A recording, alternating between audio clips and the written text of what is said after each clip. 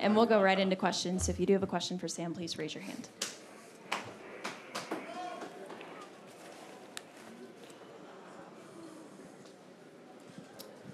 Down in front on your right, Pete Sampson. Sam, you've been through games like Louisville last week, but how was it? Was it any different here to come back from the adversity with Spotlight, USC coming in, and just how'd you sort of manage that over the last 7 days? Yeah, try and a second. They're wild up out there. It's awesome. I mean, I think it's like what Coach Freeman just said, and we are a reflection of our head coach, and it's been a bumpy season. You start hot, and you lose a close one to Ohio State, and then I do too. And so it's one of those things where like you said, being in those situations before, prepares you for the ridicule, prepares you for the feeling, the pit in your stomach. But like Coach said, it was a really special week. I saw this thing, John Jones. I don't condone everything that he does, but I saw a thing where he talks about pre-fight. He talks about the butterflies are in formation. When you get butterflies in your stomach, a pit in your stomach, and I not to say that that's some crazy cool message that's going to end up on some cool highlight, but it's what I felt the team felt, and I felt like all week we as a unit, and again obviously on defense, one of the best defense performances I've ever seen against one of the best offenses in the country. Really just the mentality, the work, the preparation all kind of just aligned perfectly, and it's a credit to our head coach.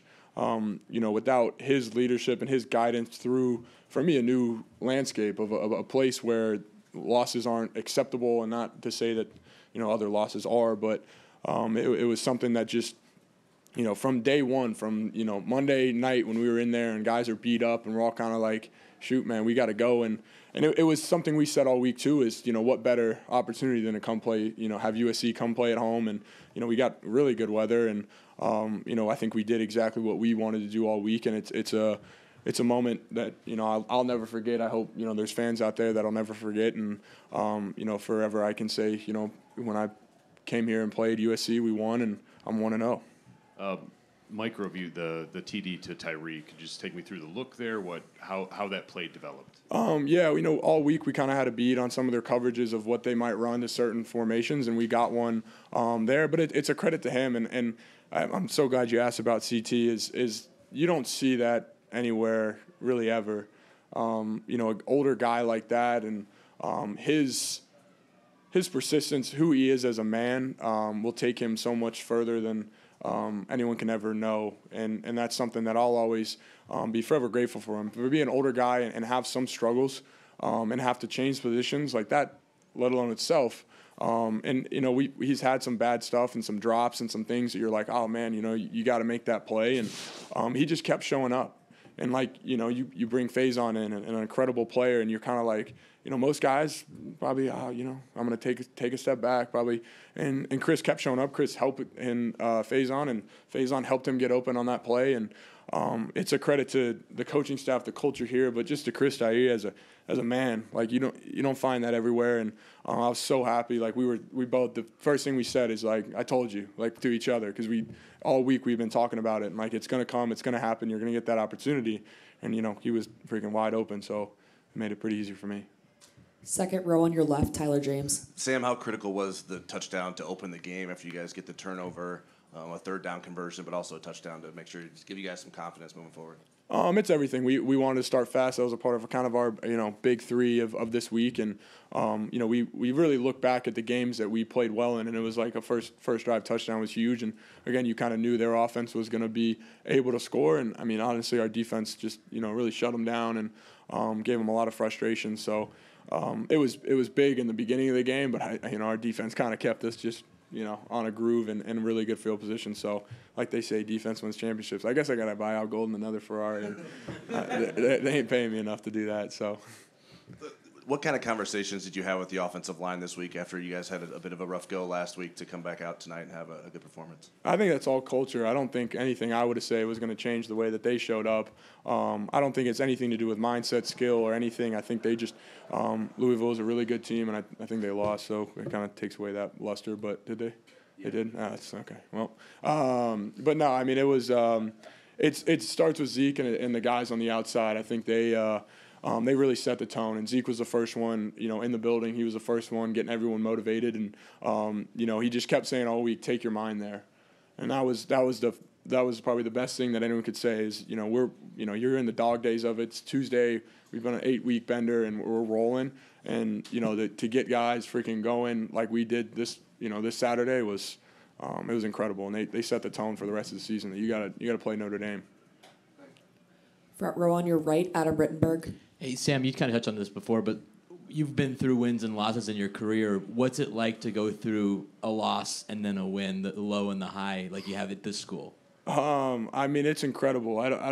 We don't like saying I around here, and you guys rarely hear it, but it's special for me. I think, I hugged Coach Freeman after, and, I was like, I finally did it. And really, our defense did it. I threw the ball a couple times, but it's again, kind of like I led off with, was just it'll be a special moment for me, and I'm excited to get back in the locker room and just to see the fans and the support that we get continuously in the walk and just the football culture here. I hope it never changes. I hope I can, if I'm blessed to have kids, bring them back and, they play a highlight. Probably won't be as cool as Joe Montana, but, I met Joe Montana today. That was pretty sweet. Probably add that. That's USC victory, Joe Montana. And I think that is going to be something I can kind of cherish for the rest of my life. And the memories with those guys in the locker room to bring it back to the team is just Cam Hart. You see that guy and his disappointment and his frustrations of last week to kind of see him bounce back and just to see the entire team. It was a full, complete game, and I'm so grateful for that and grateful for this fan base and everything. I freaking love the Irish. Third row on your left, Doug Farmer. Way back in the corner. Sam, some joking aside, you put USC above meeting Joe Montana. You've been in college football for a while now. What did you pick up this week, tonight, about this particular game, this particular matchup at Notre Dame? All week we were. See, I'm losing my voice. Been yelling too much. All week we were. Hey guys, that guy's really good at football.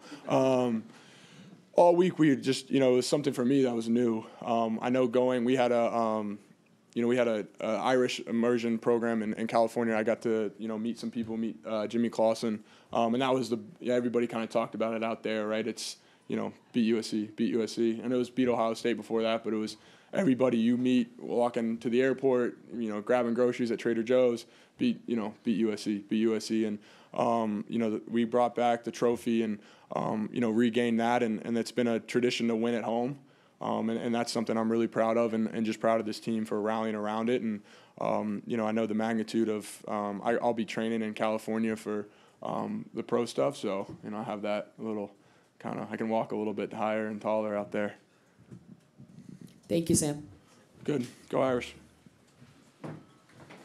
All right, we'll have Jadarian Price up next.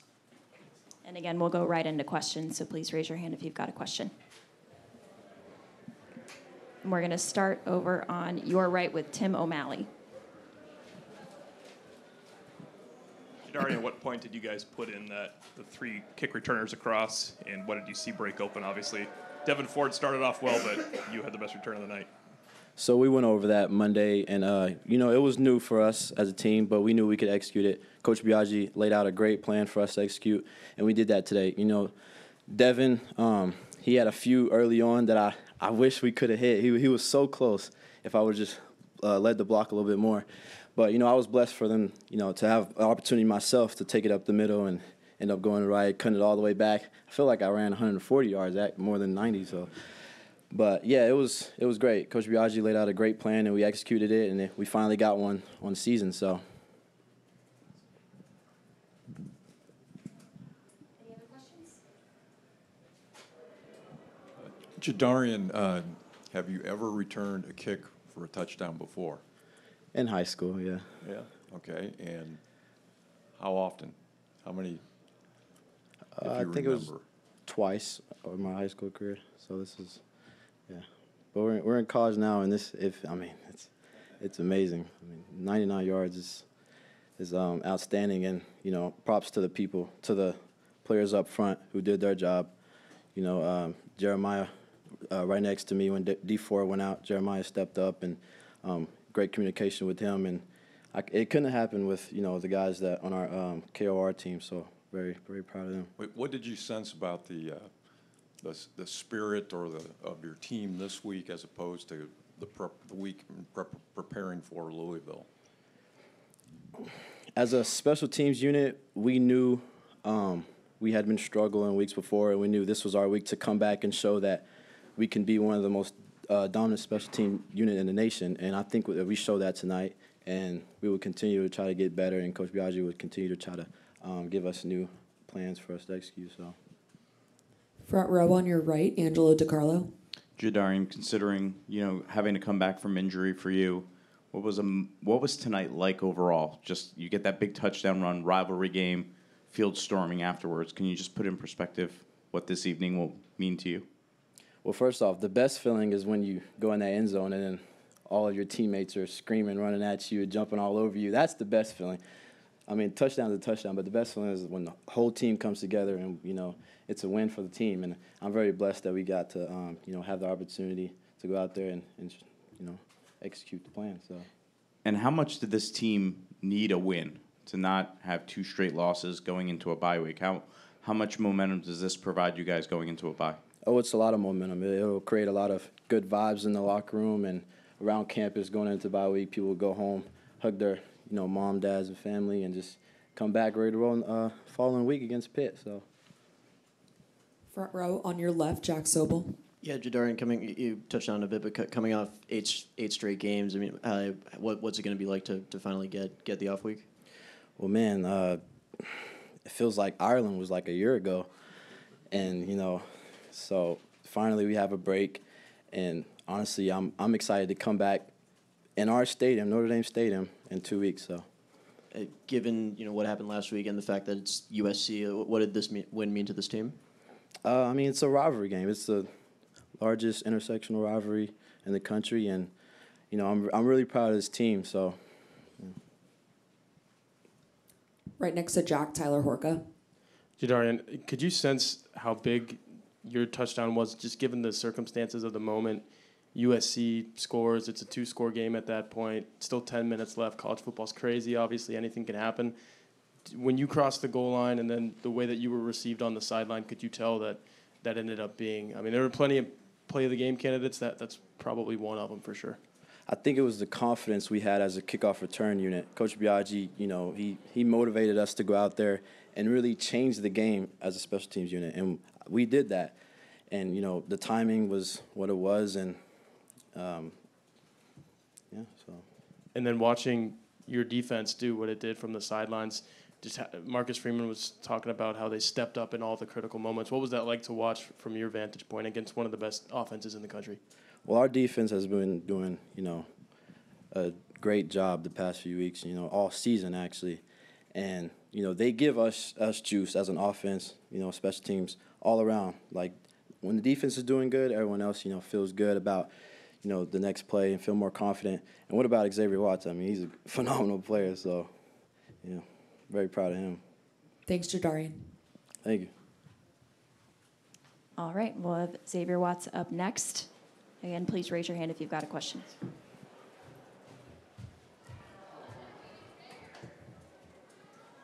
Start with Tyler Horka. I'll just leave it as simple as this. What got into you tonight? I mean, I don't know. Obviously, it came off the loss from Louisville, so just kind of angry from that. I mean, it's a big rivalry game. I mean, just want to come out, dominate, play as best you can. So just kind of ended up going good, I guess. I know it's probably hard to pick a particular play, but all the plays that you made tonight, the picks, the fumble recovery, the forced fumble, which one kind of sticks with you right now? I mean, all of them are great. I mean, like I said earlier, I mean, none of that would happen without my teammates. I mean, the pressure they brought, the coverage downfield. So obviously it helped me out. But I think if I had to pick one, probably the fumble that Cam stripped. Thank you to him. So then I obviously scored off of it. So that one was pretty cool. Front row, far right, Eric Hansen. Hey, Xavier, it seemed like forever we were asking you about, do you really want to be a safety and not a wide receiver? I mean, when Coach O'Leary and Coach Freeman believed that you had a future on this side of the ball. Is this what you envisioned? Not really. I mean, I was kind of just going along with the flow. I mean, just kind of just came every day, just kind of just tried to work, just try to get better at my craft every day, just try to be the best player I could be. So I didn't really think about anything this big or how anything would go out. So I was just kind of just playing it by ear, just going along. So it ended up going good, I guess. And, you know, there's not been many more successful game plans against Caleb Williams, whether it's at USC or Oklahoma. When did you kind of, during the week, sense that the pass rush, everything else, the coverage was coming together as a plan? I mean, I don't have like a specific day or anything. I mean, I just think probably maybe like Friday when everything comes together. I mean, we start walking through. I mean, all through the week we work really hard. And, I mean, everything just get tightened up throughout the week. So, I mean, you could see it all week that we were practicing really hard. We were doing the little details right. So, like, it's Friday. I think it just all came together and we ended up showing it tonight. Front row on your left, Jack Sobel. Xavier, getting that first pick on the first drive, what did that do for the confidence of the defense as a whole and your confidence individually? Yeah, it definitely boosted us, gave us some momentum.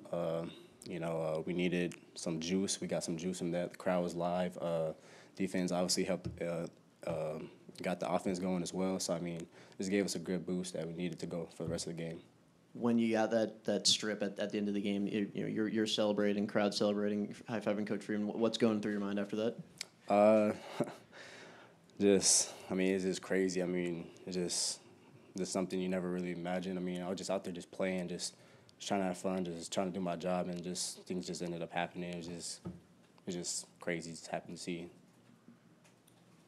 Front row on your right, Pete Sampson. Xavier, Marcus was up here and he talked about, I think on Monday, his message was like, he needs Notre Dame to be an anti-fragile program.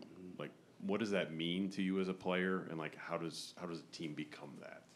I mean, just throughout, like I said, Coach Freeman just talked about it all week. So, I mean, just that message he installed in us, just coming back, bouncing back from the loss from Louisville, and just coming back and facing adversity is kind of what it means to me. I mean, just move past the past and just get ready for the future and just take the next step and become the best team we could possibly. Thanks. Down in front on your left, Dan Ernst. Xavier, you've had 8 games in 8 weeks. 66% of your season is already over. You have 4 games coming up, 4 guaranteed opportunities. From a media perspective, we're all pretty tired from having all of these games for 8 weeks. Mentally, physically, I understand the 1 rep at a time, 1 game, 1 life, win the interval. But how have you and your teammates been able to come over the adversity of everything that's been in front of you from 8 games in 8 weeks, things both physically and mentally? Just don't take the opportunity for granted.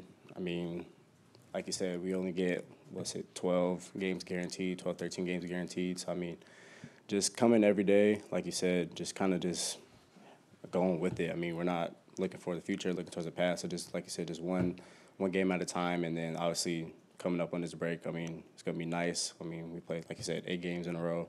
And it's going to be nice and like to have a little break. What's been the biggest challenge for you personally to have, so much occur in the last 8 weeks without a break? Probably, I say myself personally, like my body. I mean, I feel like I played a lot, getting a little sore everywhere, just achy. So just like this bye week just really helped me get back, get recovered. So, and like I said, just kind of take care of my body. Thanks, Xavier. Thank you. All right, we'll have JD Bertrand up next. Again, please raise your hand if you've got a question. We'll start in the front row on your right, Adam Rittenberg. Hey, JD, the second loss in college football is difficult in the playoff era. No team's ever made the playoff with 2 losses. I mean, you guys lose your second game last week. Why were you guys able to bounce back and not just do that, but play as well as you did, especially from a defensive standpoint? Yeah, I mean, I think we just have great coaches. We have great players that believe in it. And, I mean, it was just next step forward and just see where we can get better from last game. And I think it showed how we could get better. And the crazy thing is we can still get better from this game, and we can take it a step up. What would you say would be the biggest key just to slowing down Caleb Williams and getting some of those turnovers early? Yeah. What was the biggest key tonight defensively? Coaches put an awesome game plan in. I mean, one of the big things was keep him in the box. Last year, we really experienced like him getting out, him really kind of playing backyard football where he's scrambling, he's holding this play, making it 10 seconds long, and now at that point it's hard to cover downfield and the receivers are getting open, and so that was a big emphasis, and I think you could see that we tried to contain him as much as we could in that pocket. Second row, middle left, Mike Bernardino. JD, in terms of that, how helpful was Kenny Minchie in simulating Caleb this week? How much fun do you think Kenny had doing it, and how could you tell maybe as the week went on that it was Williams-like? Yeah, I mean, the scout team did an unbelievable job, and we say that every week, but they really took it personal this week, and Kenny did awesome. I mean, I started calling him Kenny Williams, but he just extended every play. And so, whether he got sacked or not, he was still extending the play and making sure that in the back end that we were finishing. And so, those boys did an unbelievable job. And then your two back-to-back stops there early on 3rd and 4th down on Jones. Think back to that in terms of what was at stake there. You guys were kind of laying down the line in terms of physicality at that moment. Yeah, I mean, just execute our jobs, do our job, win the interval. I mean, that's kind of all I was thinking. I didn't think much more of it. And, I think what our defense has put on display up to this season is, no matter if it's 4th and 1, no matter how many yards are left in that red zone or whatever, we stand a chance. And so it's been really cool being able to have that, mentality as a defense that no matter how many yards they need to get, even if it's just 1 yard, half a yard, we're able to stop them. And so we've been doing that and hope to keep it up. Back row on your far right, Matt Fortuna. Jay, just to go a little further, on the 4th down stop in particular, your timing was in sync with the USC offense there. What did you see there? Can you take us through just how you're able to time that? Yeah, the biggest thing was play clock was clicking down, and so sometimes I'll hit that blitz from depth, but then right there I knew the play clock was ticking down, and so I just got up there and took my shot. And then you've played a lot of football here, whether it's you making those stops, Xavier coming up with multiple turnovers. How do you sense the entire operation kind of feeding off those big plays from the defensive side of the ball and building on top of each other? Going into this game, we talked about, especially after last week, where we weren't dominant in the turnover margin, we had to emphasize that in practice, and that was the biggest thing. And it's so easy for us to be able to feed off those turnovers. And, props to the offense because they put it in the end zone every single time when we had those turnovers. Third row on your right, Tim O'Malley. JD, just want to ask you about Javonte Jean-Baptiste. He's going to be credited with 2 hurries, but it was a lot more than that during this game. What happens to him in these games? He's had a great month of football, but he has played his best against the best opponents. Yeah, he's just a great player overall. And, going back to the Ohio State game, he played really well. And I think for us that was personal. We really wanted to be able to just be there for him during that whole thing. And then, he puts the work in practice. That's the thing. It's clear in practice. He's getting to the quarterback, and so it's no surprise to us as he comes out on game day and does the same exact thing. And then one of your reserve linebackers, Jalen Snead, probably had his best game from a pass rushing standpoint. Where have you seen his growth, and what did he bring today to the defense? Yeah, I'm just happy for him. He balled out, and he's a young guy, and he's been pushed different ways, and so just for him to be able to have that success, it's awesome. I've been really proud of him. Thanks, JD. Thank you.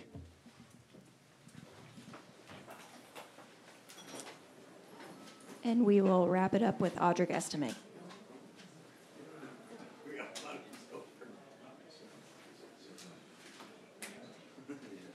All right, we've got Audric Estime, so if you do have a question, please raise your hand. We'll start in the front row on your far right, Eric Hansen. Audric, I'm going to ask you a defensive question first. As they were going through the week, when did you sense they had this kind of game in them? We kind of sensed it on Sunday, honestly. We knew that this would be a good game. When ST comes around or we go to ST, it's always a little different atmosphere, but we had a great week of preparation, and we knew something big was about to happen. And then with the running game with you and with the offensive line, what kind of attitude did you guys go into that produced this kind of result? Yeah, so we just wanted to come in and play physical as hard as possible. We wanted to come in and impose our will. We knew it wasn't going to be a pretty game. We knew there was going to be some times when they stop us. We also knew there was going to be explosive plays, and we just had to take one play at a time, and all 5 of the offensive linemen did great along with the tight ends, and we just got the job done. Staying in the front on your right, Pete Sampson. Audric, the moment right before the Chris Tyree touchdown, could you just give me a sense of what the mood was like there? Because it was starting to feel a little bit tenser, and how did that sort of break things open for you guys? Yeah, so we kind of don't really try to get into the energy. Like USC started picking up low momentum, but we just had to keep on swinging back. We had to take one play at a time, and that was just a result. Like you could have a bunch of bad plays, and then one big play happens, and that would change the whole ball game. So it's just really sticking with that motto: one play, one life. And Marcus was in here. He said on Monday, he challenged you guys to an anti-fragile program. Like, what does that mean, and how does a team become that? Yeah, so when you have a loss like that, you either win or you learn. And last week was definitely a learning experience. What the word anti-fragile means is you get stronger on adversity, and this team definitely did that. We had a great week of practice, and we came out today, and that was a result of us being stronger from last week. Same front row on your right, Angelo DiCarlo. Building off of that, how badly did you guys need this one going into a bye? Obviously, the alternative being 2 straight losses and then sitting on that for 2 weeks.